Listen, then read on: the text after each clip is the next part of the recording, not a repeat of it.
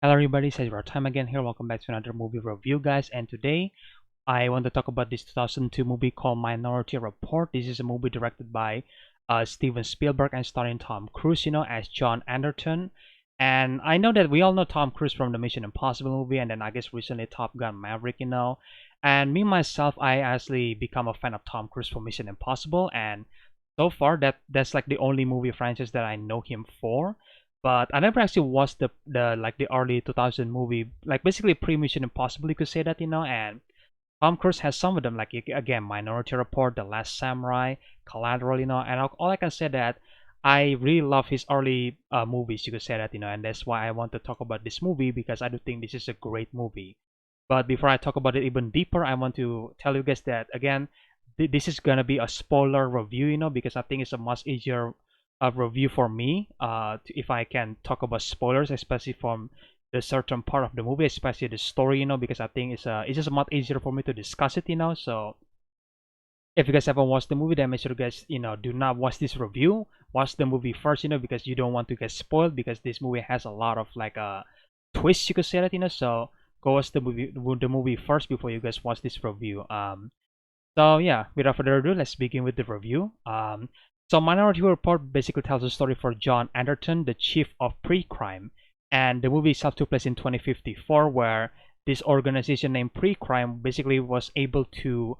stop murder from happening. And the way they stop this murder is that Pre-Crime has these three people that was able to see the future. They are the precogs, and then this precog was able to predict what's gonna happen in the future, and every single time they see what's gonna happen in the future, they always deliver this red ball that basically with the person's name, which is the suspect, the murderer, you could say that. And then red balls means that the like a crime was about to happen. That's why John Anderton's job is to figure out where the crime is going to happen, and then he needs to stop it from happening. And yeah, I gotta say I love how this whole movie looks, because I feel like this movie took place in 2054, and I love how Steven Spielberg decided to shot the movie, because there is this cool like white like a bright white light in the background every single time you see the characters like walking throughout the world, and I do think it really adds to the fact that this is a really dystopian world, you could say that, and then just a really dirty world. Like I mean, you got Blade Runner, right, which is also another cyberpunk movie that actually looks dirty, and I feel like this movie really achieved that, but this time has a different style in terms of the cinematography, because again, there's this white bright light in the background. I do think that works really well, and some people might be turned off by that choice, but I feel like for me, it works really well, for the world building, or I guess how the world should looks in this movie. So John decided to join this pre-crime project because we found out that he lost his son, 6 years ago, and he was divorced and he was a drug addict. So from the beginning, you kind of know that this is not like the badass Tom Cruise, because like not like Ethan Hunt from Mission Impossible, because sure, like he's still a badass in this movie, but he is much more vulnerable, especially from the story perspective, because again, he lost his son, so that's why even though it was like 6 years before, he's still in pain for the loss of his son, and that's why he decided to join pre-crime, so basically he could stop anything similar from happening in the future, and like that's the idea. But eventually we meet this new character played by Colin Farrell named Danny, where Danny basically questioned that, well, the idea of pre-crime, because like why did we convicted these people if these people never commit murders in the first place, because we stopped them from happening, right? And John came in, and then he throws a ball throughout the table, which is this is my favorite scenes, by the way. Like he throws the ball throughout the table, and then like he's about to fall, and then like Danny catches it, and then John asked that, well, why did you catch the ball? And then Danny said that, well, the ball is going to fall. And John was like, oh, well, there it is. Like just because you catch the ball, that doesn't mean the ball is not going to fall. So it's like just because a crime was about to happen and then you stop it, but that doesn't mean that the crime is not going to happen, because it's about to happen and we stop it, and that's what John and the rest of the pre-crime people believe, But obviously Danny's still like, ah, come on, man, But eventually we found out that Danny has another agenda, like he's kind of like a semi antagonist of this movie, I do think Colin Farrell does a great job playing the character, because he's an asshole in this movie, to be honest, like he was so dismissive about John losing his son, even though it was like, oh, it's 6 years ago, man, like you should move on. Basically, that's how he said that to John. But it's like, come on, man, like you just like this man just lost his son, like what do you expect, So it's like, yeah, he's an asshole, safe to say, But eventually the next day we found that John, when John is actually doing the pre-crime job, he found out that in one of the premonition,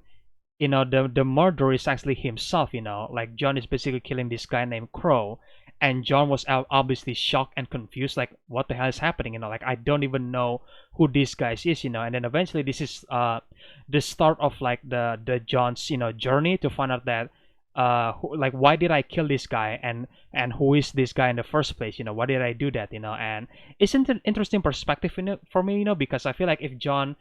didn't actually see the premonition, like that's like this whole journey is not going to happen, but because he saw that the premonition is going to happen in the future, which we're gonna talk about that later, and I just think that's an interesting perspective to have, So eventually it leads to this one of the best action sequence in the movie, where John is like running away from these people wearing a jetpacks, so John basically have to climb these stairs to get away from them, and I do love how everything was shot, and there is some funny moments on the action sequences, which I really respect, but for the most part, I love how like all of this was shot, I think it was really engaging, how Tom Cruise was able to do this own stunt, which I'm pretty sure that obviously they involved some CGI in some way, but I still really appreciate how it was shot, it was really, really fun. And I thought that that's how the action is going to end, after the jetpack sequences, but no, like it's actually continue where John is like running away from Danny and his team, and he goes to the factory, and then we get to see a little bit of Tom Cruise run there, which I think is really, really fun, and it's also lead me to another great scenes in the factory where John is using this stun gun, you could say it, and then like he just like using the gun, like spinning the gun left and right and shoot people, and it was like I love how this whole scene was directed, it was so engaging, and I think that's why Steven Spielberg is one of the greatest director of all time, and I think pairing him with Tom Cruise is actually a great gem in my opinion, and I just love how that scene works out, I love how the gun works, that you have to spin the gun in order to like reload it, like that was fun, it works for the scene. But after that, John eventually found out that there is this thing called Minority Report, where basically Precox was able to see an alternate future, Obviously, the technician is kind of like dismissing that, so that's why it's called Minority Report in the first place. But before he gets the Minority Report, he has to change his eyes, because in this future world, they always scan your eyes everywhere, for your identity. So that's why John decided to meet Peter Stormare characters named Dr. Solomon. And this is where we found out that John and Solomon has some history together, because John arrests him from burning his spaceship apparently, which is like, geez, man, that was brutal, but it also led to one of these it was so cringe, to watch this scene, because when when Dr. Solomon basically put this like device to John's head, and it was like, and then you see like he's like opening his eyes, using the device, like it was just like so cringy to watch, it was like, oh man, it was hard to watch for me, even though they don't exactly show the violence, but I still I still cringe from it, man, because I feel like I'm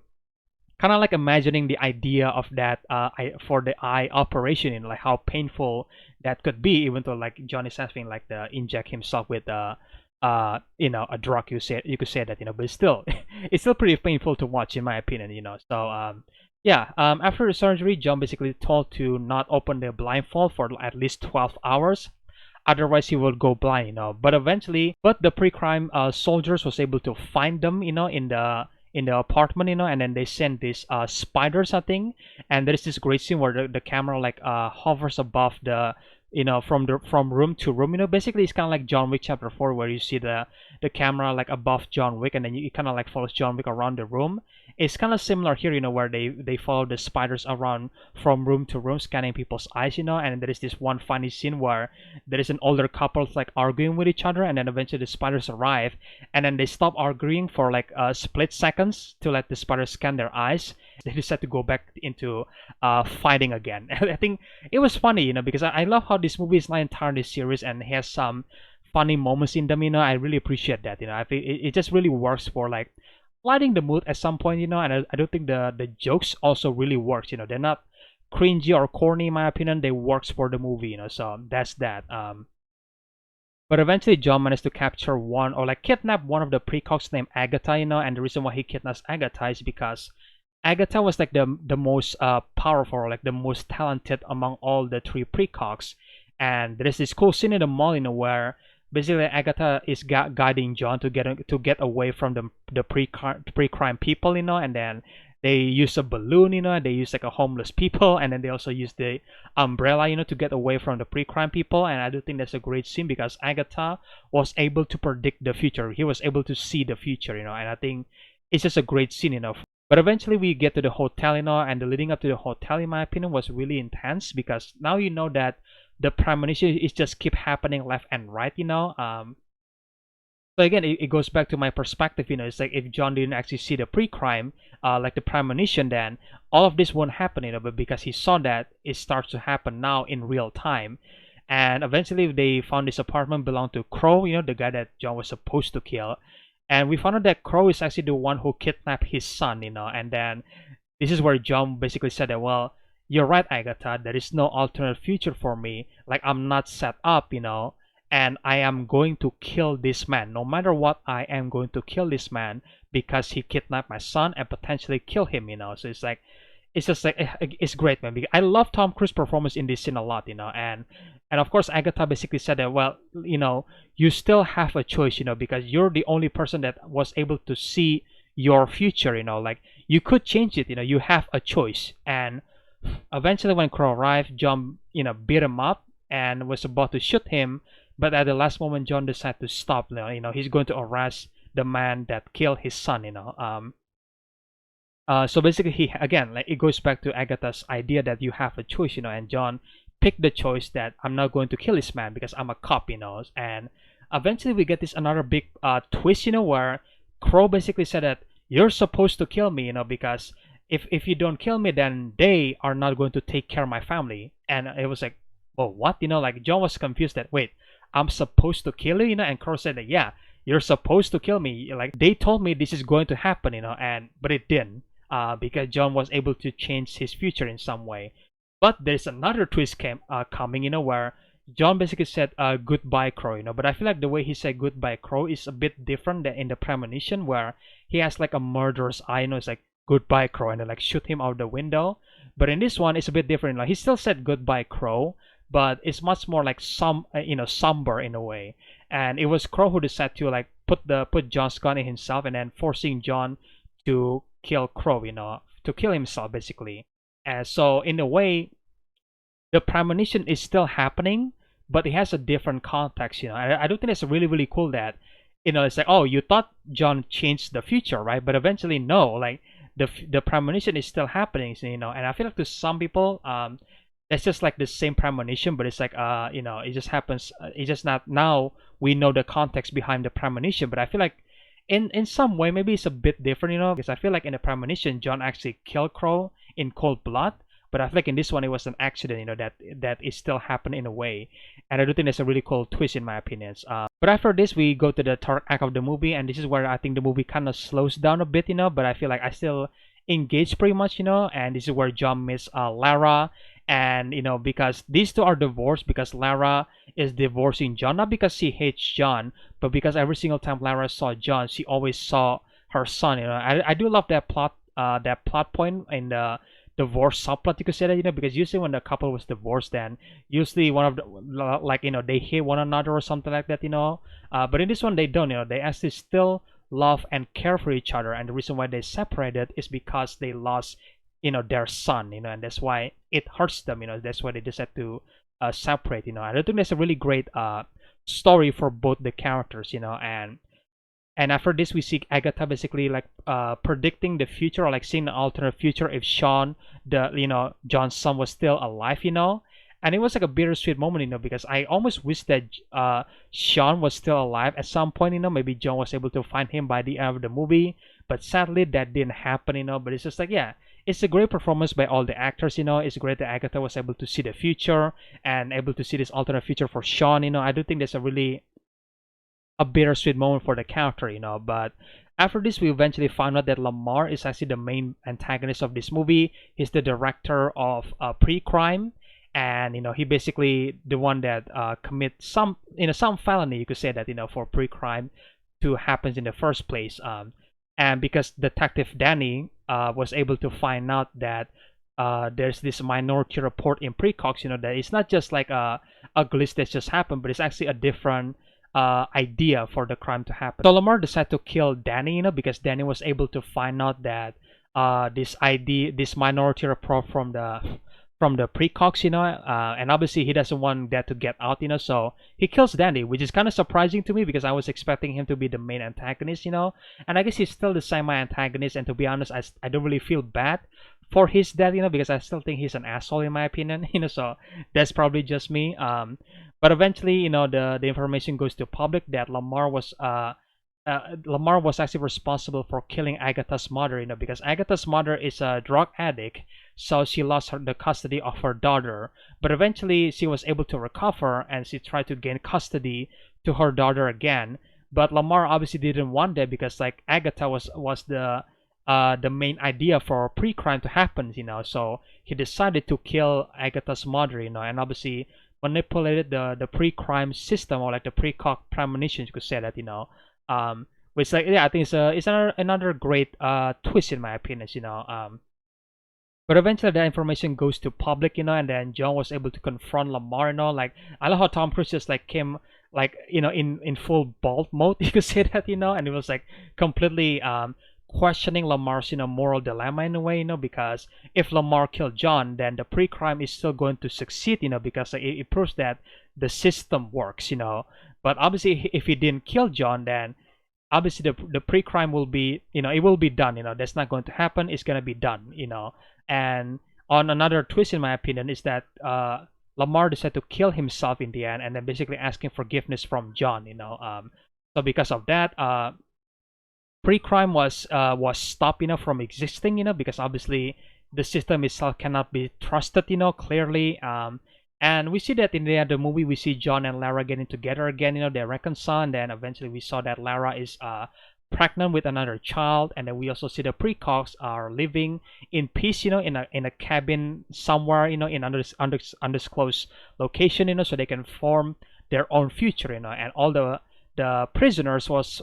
set free, but the police department are still keeping some eyes on them, because obviously not all of them are innocent, so yeah, at the end of the day, it's a bittersweet ending for the story itself, and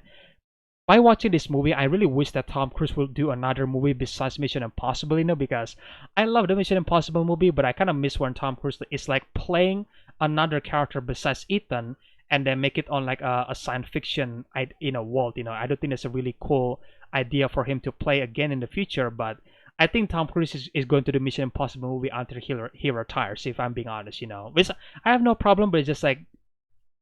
seeing his early works makes me really want Tom Cruise to do like another movie, another original movie besides Mission Impossible, but that's probably just me, so that's my review for Minority Report, guys. You guys can let me know in the comment section below. What do you guys think about the movie? What is your favorite scene about the movie? And do you guys wish that Tom Cruise would do like an original movie besides Mission Impossible? Because I kind of want him to do that, to be honest, So yeah, let me know about that in the comment section below, guys. And if you guys enjoyed this video, then make sure you guys leave a like, comment, subscribe, share the videos, usual stuff, guys. And again, stay tuned for more videos in the future. And I really hope you guys enjoy this review. And I will see you guys in the next one, then. Bye.